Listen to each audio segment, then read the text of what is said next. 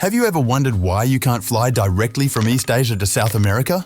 Instead, you have to stop at an airport in between and catch another connecting flight to reach your final destination. In today's world, where flying across continents is common, you'd expect there to be direct flights between these two regions. So, why is there this missing connection? This might puzzle you, especially when you consider the numbers. South America is home to about 442 million people, while Asia boasts a staggering 4.78 billion. That's a huge difference. China alone is a giant in the aviation world, and countries like Japan, Indonesia, India, Saudi Arabia, and South Korea aren't far behind. Now picture the skies over Asia. They're probably buzzing with airplanes, right? That's because the Asia-Pacific region has the busiest airspace in the whole world. It's like a common corridor for planes coming and going, carrying millions of passengers and tons of cargo. Despite Asia's massive population and booming economy, the route to South America remains elusive. Instead, if you want to travel from one continent to the other, you'll likely have to hop through a series of connecting flights, zigzagging across other continents along the way. It's a journey that can easily stretch over 24 hours, with layovers and transfers adding to the complexity. Let's first check out some available routes connecting South America and Asia. Before the COVID-19 pandemic, only 4 Latin American countries had flights to Asia Pacific: Cuba, Mexico, Panama, and Brazil. Together, they only had 22 weekly flights to China, Japan, or South Korea, mostly with layovers. For example, Hainan Airlines flies from Beijing to Mexico City with a layover in Tijuana. Similarly, China Southern has a route with a layover in Vancouver, which is being stopped. China Southern Airlines started a flight from Guangzhou to Vancouver to Mexico City in 2017. Now, they're starting an even longer flight from Shenzhen to Mexico City without any stops. It's longer than their old longest flight to New York.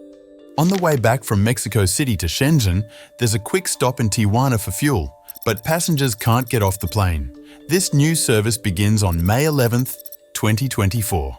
Air China also has flights with layovers in Montreal, Houston, and Madrid to reach Cuba, Panama, and Sao Paulo respectively. Aeromexico offers direct flights from Mexico City to Tokyo and Seoul, but that's it. And these flights mostly involve Mexico only, not South America. So why hasn't anyone bridged this gap in the sky? Well, there are 3 main reasons that come forward if you delve deeper in it: geographical problem, economical problem, and logistical problem. And those are not enough, as a 4th addition comes to the environmental problem as well. Geographically, Latin America is the farthest region from Asia, especially South America. In fact, South America and Asia are on opposite sides of the Earth. Look at a map, and you'll see Argentina and Chile are nearly opposite Mongolia and China. Taiwan aligns with Paraguay. The Philippines are across from Brazil, and Indonesia is exactly opposite to Colombia and Venezuela. If you look for the closest South American country to Asia, it's Mexico. That's why it's the main gateway between the two regions. Now, Heathrow Airport is the busiest airport in the region, handling a tremendous amount of air traffic every day. Then there's Sao Paulo Airport in South America, equally busy with passengers flying off to different corners of the continent. Both these airports are major hubs, connecting millions of people every year. Now, think about how cool it would be if you could fly directly from Heathrow to Sao Paulo. But easier said than done. First off, the distance between Beijing and Sao Paulo is no small feat. It's a whopping 10,923 miles. To give you some perspective, the current longest commercial flight in the world is from Singapore to New York, covering 9,526 miles in about 18.5 hours. So, flying from Beijing to Sao Paulo would be like taking that record-breaking flight of 25 hours 45 minutes or stretching it even further. Now here's where it gets interesting. The plane used for the Singapore to New York flight is an Airbus A350-900 with an ultra-long range, but even that has its limits. It can only go up to 9,700 nautical miles without needing to refuel. So, to fly from Beijing to Sao Paulo, you'd either need a plane that can go the distance without stopping, or make a pit stop somewhere along the way to gas up. And trust me, stopping for fuel adds a whole new layer of cost and complexity to the journey. Above all, flying from Beijing to Sao Paulo means crossing over a big chunk of Russia, which isn't exactly known for being budget-friendly when it comes to air traffic fees, because airlines have to pay hefty fees to use Soviet airspace. Changes in agreements mean airlines now have to take longer, less efficient routes, which costs more money for them and makes flights longer for passengers. So not only do you have to deal with the long distance and fuel stops, but you also have to factor in the hefty fees just for passing through Russian airspace. All these factors combined make flying directly from Heathrow to Sao Paulo a logistical nightmare and a costly stunt. That's why, despite the potential benefits, such a flight doesn't exist yet. Apart from that, in the world of aviation, getting from one place to another smoothly involves a lot of behind-the-scenes work. Think about it like planning a big trip. You've got to figure out your route, make sure you have all the right documents, and make sure the places you're going can handle you when you get there. That's kind of what logistics is like for airlines. For starters, there's the issue of time zones. When it's daytime in one place, it might be nighttime in another. Then there are the rules that different countries have about flying. Plus, airports can only handle so many planes at once, which can cause delays. But even if you manage to sort all that out, there's still the issue of customs and immigration. Every country has its own rules and procedures, which can slow things down even more. It's like going through security at the airport, but on a much bigger scale. And speaking of airports, they need to be equipped to handle long-haul flights. That means they need things like maintenance services, refueling stations, and places for passengers to wait between flights. However, upgrading or building new facilities is expensive and takes a lot of planning, which can make airlines hesitant to open up new routes. But here's the thing, flying long distances also has a big impact on the environment. Think about all the fuel it takes to get a plane from one side of the world to the other.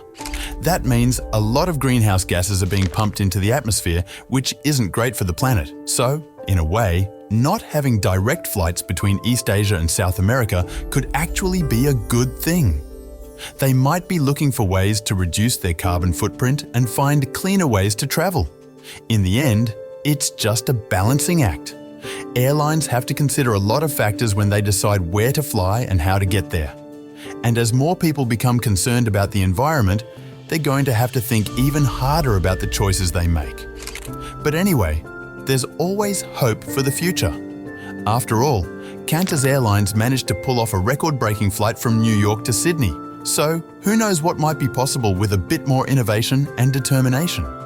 Maybe in the future, we will get to see direct flights from Asia to Latin America, with all these geographical, financial, logistical, and environmental issues are taken care of. And now, it's time for you to share your opinion on this. Do you think this gap will be bridged in the future? What other global connections fascinate you? Share your thoughts in the comments below, and don't forget to subscribe for more mind-boggling videos on our channel. This is the live air route map of the world. You can see all the flights that are currently in the air in real time.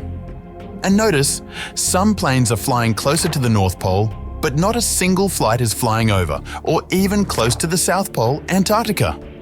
So, why has this continent been abandoned by the aviation system? Is there any mystery that we don't know? Let's find out in this video.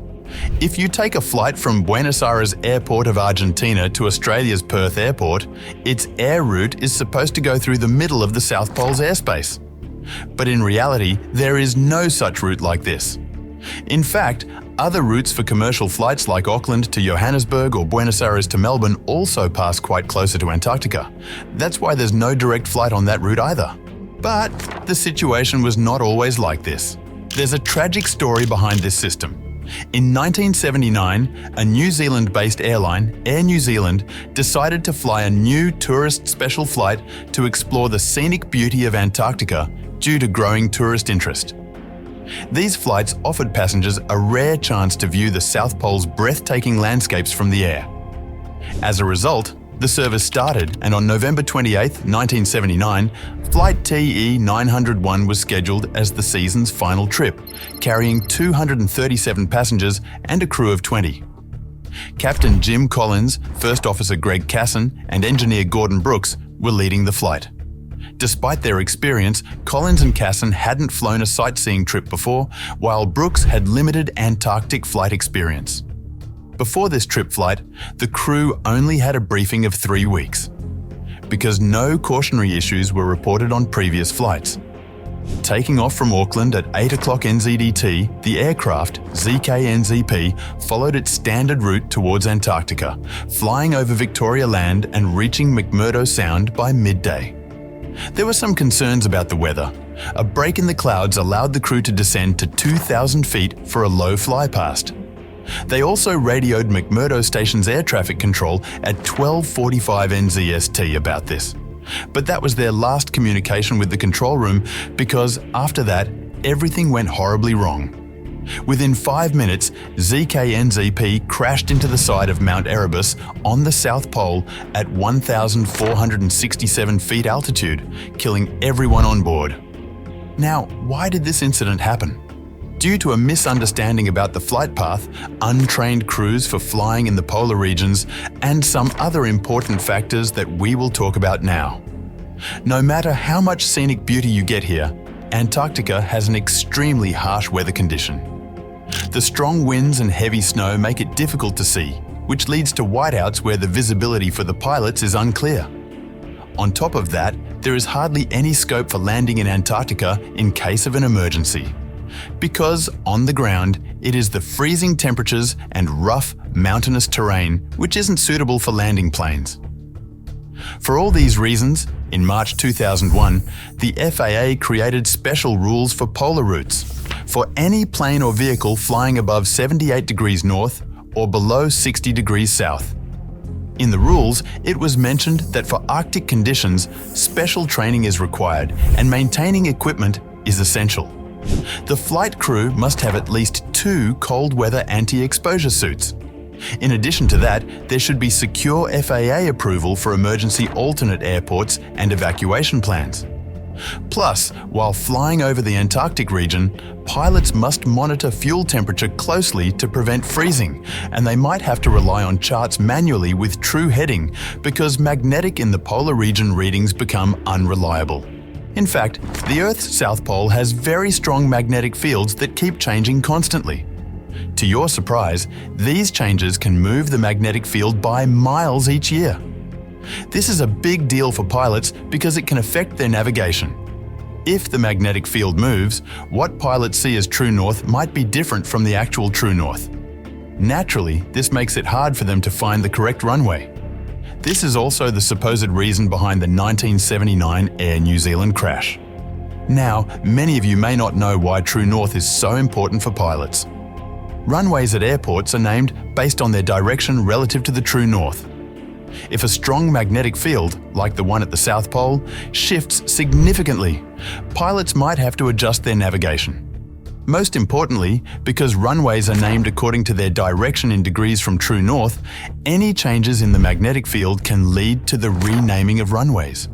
A small difference of a few degrees might not seem like much, but it can have serious consequences. So, this kind of shift of magnetic poles or incorrect renaming of runways can lead to confusion about whether they are heading toward the right runway. And such confusion can cause flight delays, hard landings, and even sometimes crashes. Although such situations are rare, they can be very dangerous. This is why it's a good idea for pilots to avoid flying too close to the poles and these strong magnetic fields. But if you think you have got all the answers in this video already, wait. We're just halfway there, and here the story takes a slight turn. While the additional rules might discourage routes over Antarctica, they wouldn't completely prevent them. In the Northern Hemisphere, commercial flights often follow all these rules quite strictly.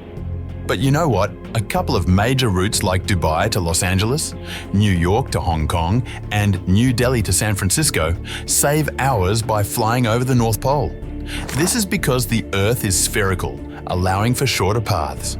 But isn't it dangerous to fly over Antarctica? Yes, it is. But the challenges of flying over the South Pole involve more than just its polar nature. One significant issue is related to commercial twin-engine planes and their operational limitations also. Every twin-engine aircraft has a defined rating for the maximum distance it can fly from an alternate airport designated for emergency landings if needed during a flight. There's a technical for this kind of airport to Suitable Diversion Airport. And this essential rating ensures that in case of an emergency, such as engine failure or running out of snacks, there is always a nearby runway available for an emergency landing. This is known as the ETOPS, or the Extended Range Twin-Engine Operational Performance Standards rating. It is measured in flight time. Before 1985, all twin-engine planes were limited to ETOPS 60, meaning they had to stay within a 60-minute flight radius of a suitable diversion airport. It simply means that before 1985, the routes of every flight were so designed that any time during mid-flight, it could reach any alternate airport for emergency landing within just 60 minutes. Later, as aviation technology advanced, ETOPS ratings increased. Nowadays, most common commercial planes like the Boeing 737 and the Airbus A320 can achieve ratings up to ETOPS 180. The longest-range commercial aircraft, like the Airbus A350, has a maximum ETOPS rating of 370 minutes. With this kind of higher rating, they can literally cover 95% of the globe, only with the notable exception of Antarctica. Because there is no suitable diversion airport for landing there. The closest potential diversion airport to the South Pole is Ushuaia International Airport in Argentina, which is about 4,000 kilometers away. If we calculate the flight time, that will be more than 4 hours. That's how remote the South Pole is. As you can see, there's no point in flying over Antarctica. Despite these restrictions, an airline could theoretically route a flight over part of Antarctica with the right plane, equipment, and specially trained crew. However, practical routes over Antarctica are rare. Most international air routes are in the Northern Hemisphere, which contains 90% of Earth's population. Some flights, such as those between Sydney and Johannesburg or Santiago, come close to the Antarctic coast and might occasionally fly over a small part of Antarctica, depending on wind conditions. However, none of these routes go near the actual icy continent. So, have you ever experienced a polar flight? Let us know in the comments below. Don't forget to like, subscribe, and hit the bell for more interesting insights. You can see on the map how flights are avoiding that particular area, like a dead zone, quite aptly named, because this place single-handedly killed a lot more Allied air crews during World War II than the Germans killed in the Battle of Britain through bombing. In some months, almost 50% of all Allied planes that flew over Tibet ended up crashing. But why? What's the mystery of this place? Why are we, mankind, flying rockets to space but unable to fly over Tibet?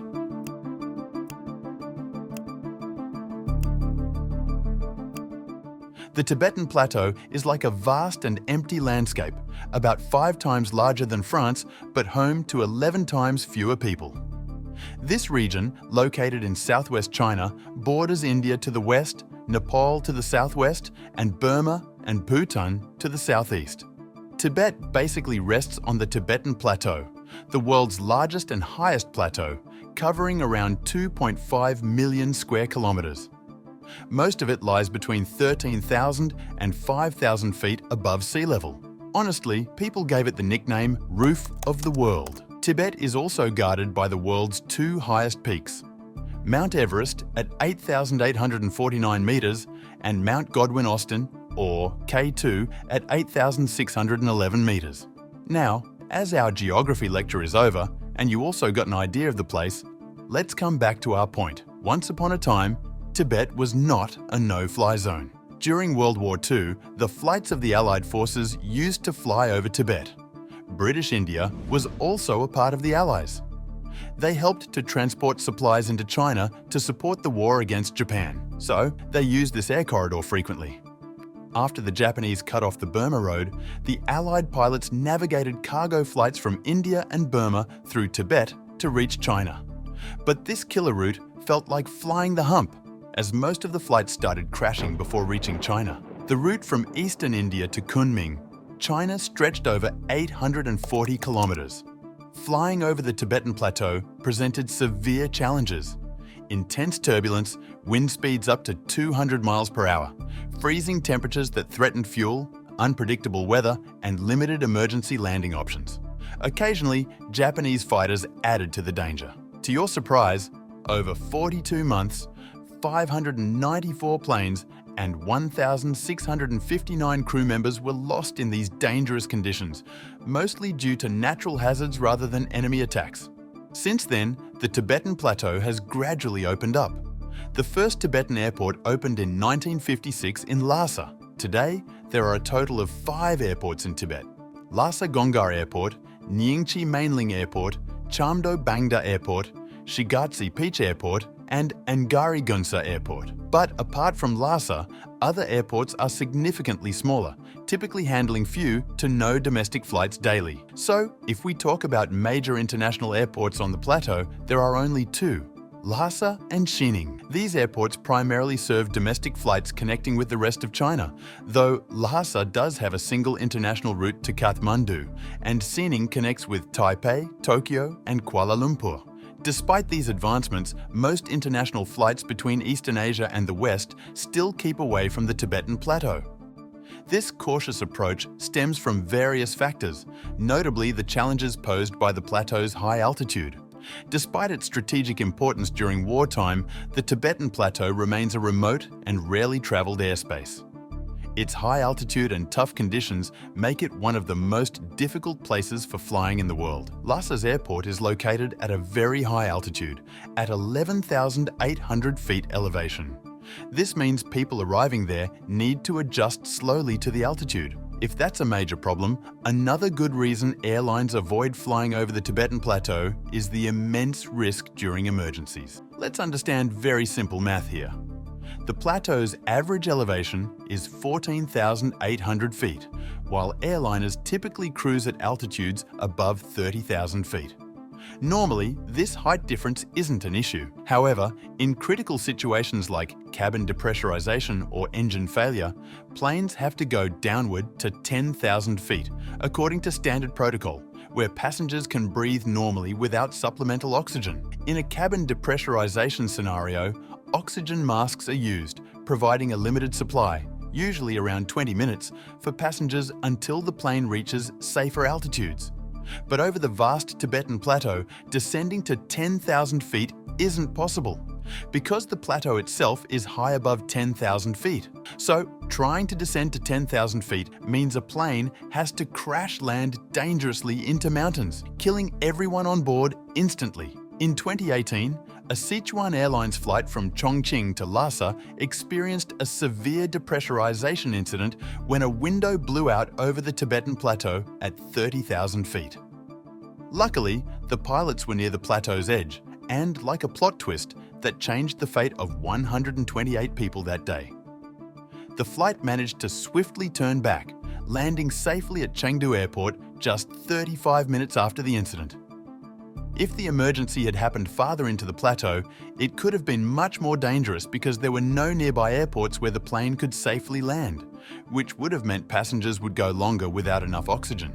If any day such an emergency happens in Tibet, the closest major international airports capable of handling large airliners are located hundreds or even thousands of kilometers away. These include Lhasa, Xining, Kathmandu, Chengdu, Urumqi, and Almaty, located around the plateau's edges.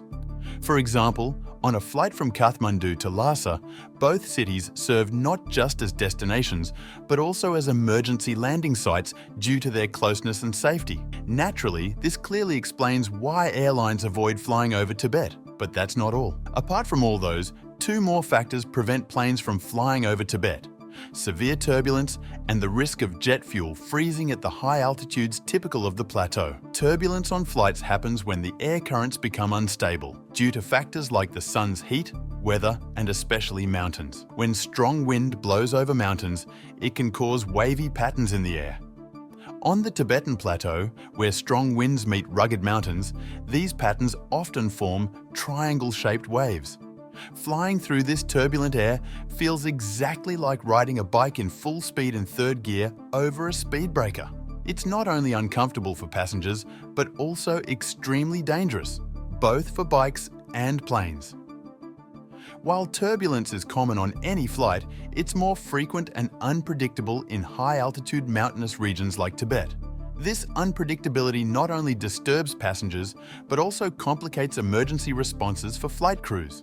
On top of that, there's another critical concern related to Tibet's mountainous terrain, which is the risk of jet fuel freezing. Let me tell you what happened to British Airways Flight 38 due to fuel freezing. In 2008, British Airways Flight 38 crash-landed at London Heathrow due to ice crystals forming in the fuel, which clogged the engines and caused the plane to crash short of the runway. Fortunately, there were no fatalities, but this accident made the aviation system more careful about the critical role of temperature in maintaining jet fuel flow.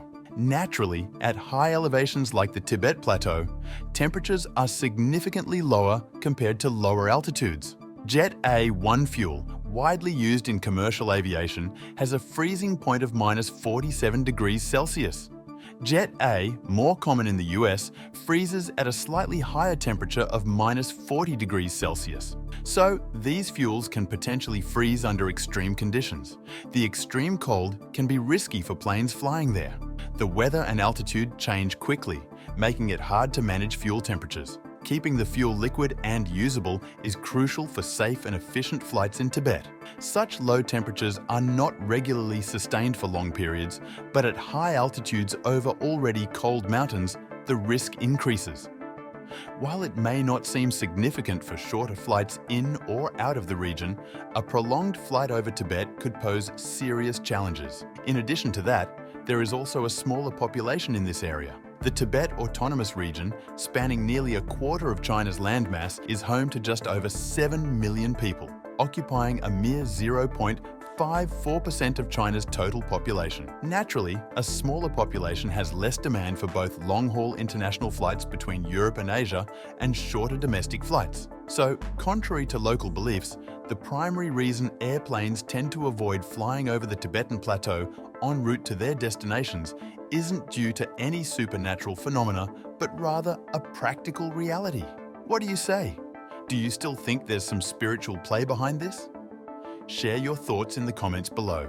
And don't forget to like, subscribe, and hit the bell icon to stay tuned for more fascinating insights. For example, Tibet is not the only place that the flights avoid. Antarctica is also another one, especially a much larger one. Click on this video if you want to know why. It's perfectly okay for your friend to say goodnight and go offline at 1 a.m. in the morning, but it is not okay when the pilot of a late-night plane does the same. In the early morning of March 8, 2014, Malaysian Airlines flight MH370 departed Kuala Lumpur for Beijing at 12:42 a.m.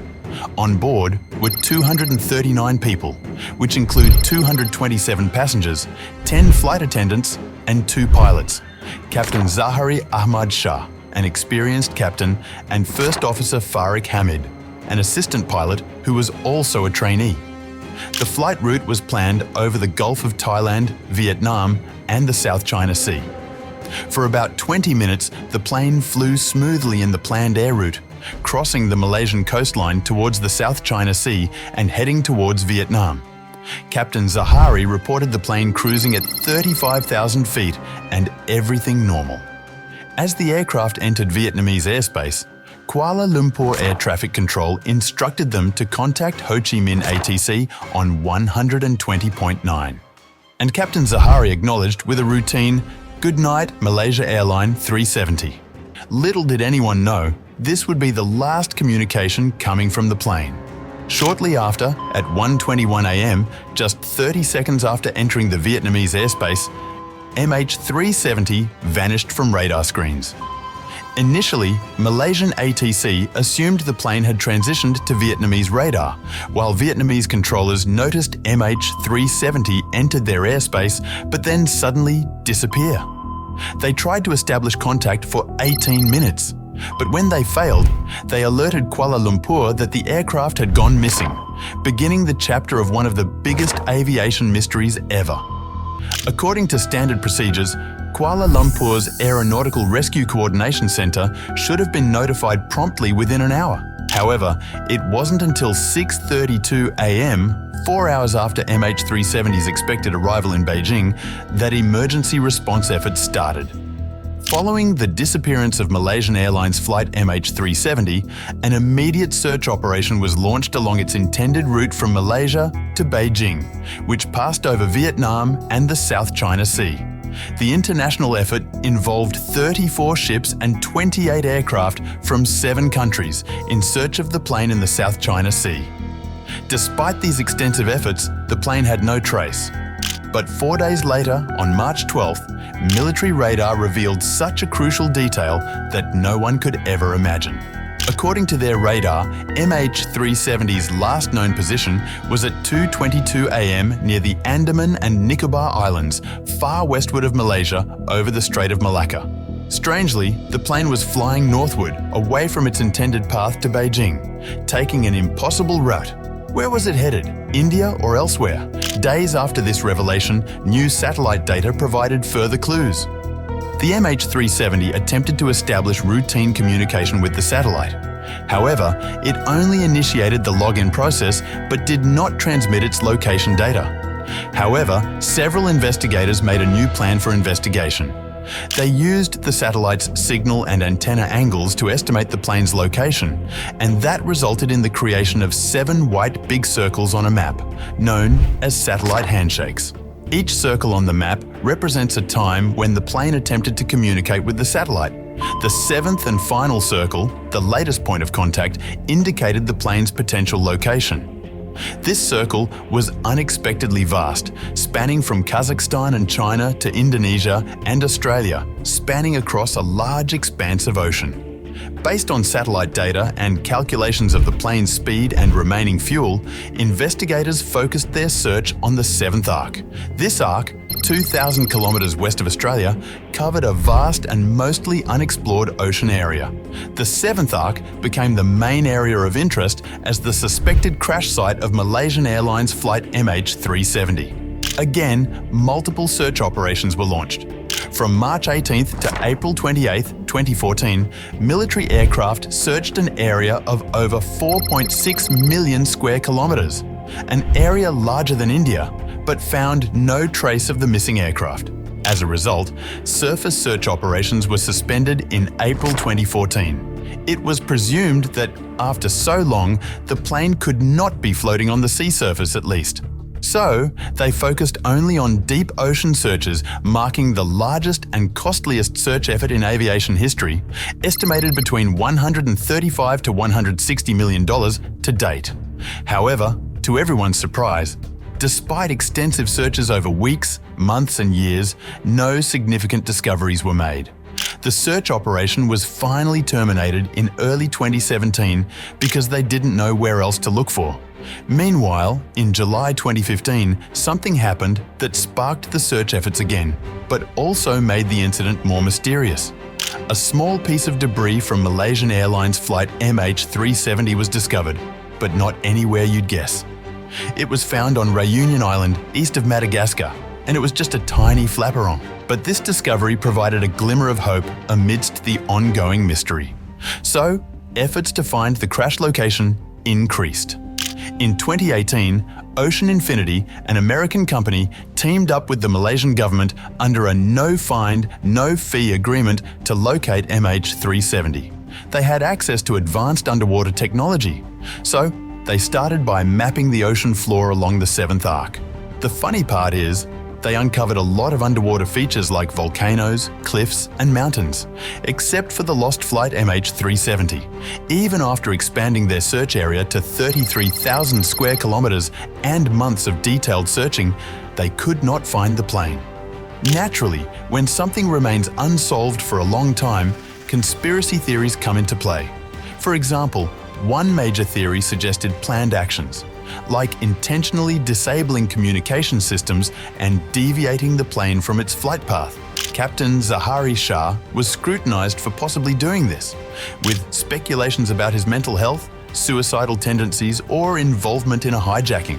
A shocking detail came out about Captain Shah's flight simulator at home, which is common among aviation enthusiasts. Notably, his simulations included a path similar to MH370's actual flight path, raising more questions about his intentions and knowledge. However, the official investigators firmly rejected this theory, because the captain's extensive experience, impeccable reputation, and lack of personal or financial issues didn't support this motive. Instead, officials suggested the possibility of hijackers or terrorists being responsible for the incident. Speaking of hijackers, another theory arose involving 2 Iranian passengers traveling with stolen passports, which initially raised concerns about terrorism. However, investigations by Interpol indicated their intent was likely immigration-related rather than terrorism. One of the passengers' mothers even waited for him in Germany, which assures there's no foul play involved. A third theory says that lack of oxygen might have knocked out everyone on MH370, including the pilots. If this happened, the plane would have flown on autopilot until it ran out of fuel and crashed into the Indian Ocean. The oxygen loss could have been due to an electrical fire or actions by hijackers. When the plane entered Vietnamese airspace, it might have tried to turn back to Malaysia, but something mid-flight could have made everyone unconscious. Military radar later tracked the plane as it flew south over the Indian Ocean before crashing about 2,000 kilometers west of Australia. Some people still have wild theories, like alien abduction or secret military actions, but these are not likely and have no proof. Fast forward to 2024, Richard Godfrey, a retired aerospace engineer, claims he's found where MH370 might be. He used data from satellites, Boeing, Australian scientists, and radio tech to predict its location. As per his calculations, it must be at the 7th arc, about 4 kilometers under the sea. Despite earlier searches, he wanted a new one within 40 nautical miles. In fact, not only he, but also another former researcher, Vincent Line, thinks he's found where MH370 could be. Godfrey says it's around 1,500 kilometres west of Perth, Australia, based on radio signals. And Line believes it's near Penang, based on pilot data. The intriguing part is, both suggest the pilot might have been involved. The search operation is still on the go, with Godfrey urging a new look beyond the official theory. But the answer to the disappearance of MH370 is still under the ocean. Or should I say, we're not sure where else to look. What are your thoughts on this? Do you have any new theories to share? Tell us in the comments below, and don't forget to subscribe for more interesting updates, like why certain places such as Tibet are considered dead zones where planes rarely fly. If you want to know, click on this video.